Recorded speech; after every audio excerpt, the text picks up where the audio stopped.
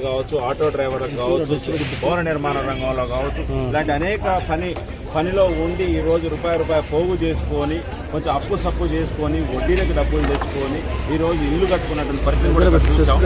అర్థాంతరంగా ఈరోజు పొద్దున్నే police department కావచ్చు, రెవెన్యూ డిపార్ట్మెంట్ కావచ్చు, ఇటు ఖమ్మం మున్సిపాలిటీ కార్పొరేషన్ డిపార్ట్మెంట్ కావచ్చు, ఖమ్మం నగరంలో ఉన్నటువంటి 60 డివిజన్లు ఏదైతే ఉందో 60 డివిజన్లో సంబంధించిన మున్సిపాలిటీ సిబ్బందితో పాటు 60 డివిజన్లకు సంబంధించినటువంటి ఏదైతే చెత్త సేకరించే ట్రాక్టర్లు ఉన్నాయో ట్రాన్స్పోర్ట్ చేయడం కోసం ట్రాక్టర్లు కావచ్చు, ప్రైవేటు వెహికల్స్, ఈ విధంగా అన్నీ తీసుకొచ్చి పొద్దున్నే ఇక్కడ ఉన్నటువంటి ప్రజలు ఏదైతే కుటుంబాలు 2000 నుంచి 3500 వరకు ఉన్నటువంటి జనాభా కలిగినటువంటి ఈ ప్రాంతంలో పోలీసులు మోహరించి అర్ధాంతరంగా ఎటువంటి నోటీసులు లేకుండా, ఎటువంటి హెచ్చరికలు లేకుండా అర్ధాంతరం ఖాళీ చేసి వెళ్ళిపోవాలని చెబుతున్నటువంటి పరిస్థితిని చూసాం మనం.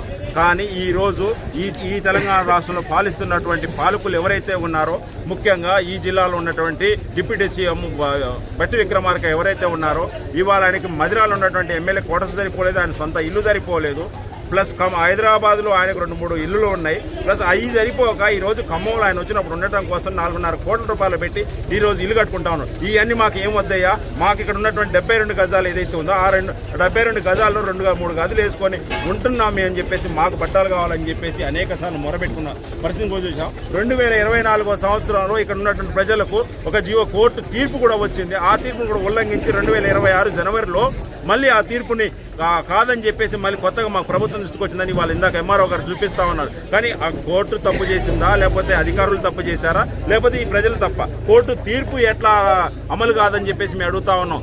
ఇప్పటికైనా ఇక్కడ ఉన్నటువంటి యంత్రాంగం ఏదైతే ఉందో పోలీస్ డిపార్ట్మెంట్ ఏసీపీ గారితో సహా ఇక్కడికి వచ్చారు. కలెక్టర్ గారు అనునిక్షం అక్కడి నుంచి ఫోన్ చేసి మాట్లాడుతున్నారంట.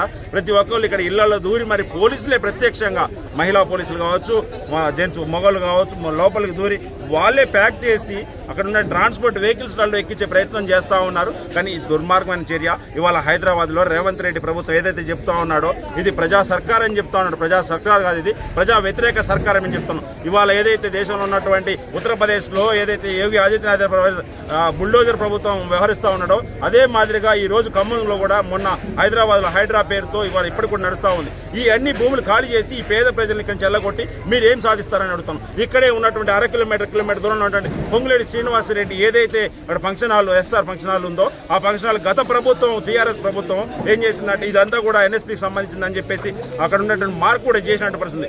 ఆ సంవత్సరం తిరగక ముందుకే ఈయన ఈ పార్టీ నుంచి ఆ పార్టీలో పోయి అక్కడ గెలిచి దాన్ని కాపాడుకున్న పరిస్థితిని కూడా చేసాం. అక్కడికి అధికార యంత్రాంగం ఎందుకు పోవట్లేదు, ఈ కలెక్టర్ గారు ఎందుకు పోవట్లేదు అని చెప్పేసి మేము సిపిఐఎం కాంగ్రెస్ పార్టీగా సూటిగా వాళ్ళు క్వశ్చన్ చేస్తా ఉన్నాం. ఇవాళ ఈ ఖమ్మం నగరంలో ఎన్ని భూములు ఇలా ఆక్యుపై చేసుకుని ఉన్నారు, ఎన్ని ఏసీ గదులు నిర్మించుకుని ఉన్నారు, వాటన్నింటి రోజులు ఎందుకు పోవట్లేదు? మా పేద ప్రజలు రోజు రెక్కార్దిన కానీ ఒక్క పరిస్థితిలో ఉన్నటువంటి ఈ పేద ప్రజలు ఏ పాపం చేశారు? మీకు ఓటు వేయటం చేసిన పాపం అని చెప్పేసి మేము సూటిగా అడుగుతా ఉన్నాం. రేపు ఓట్లు వస్తే 1 నిమిషానికి 4 వెహికల్ ఇక్కడ ప్రచార వెహికల్ తిరుగుతూ ఉంటాయి.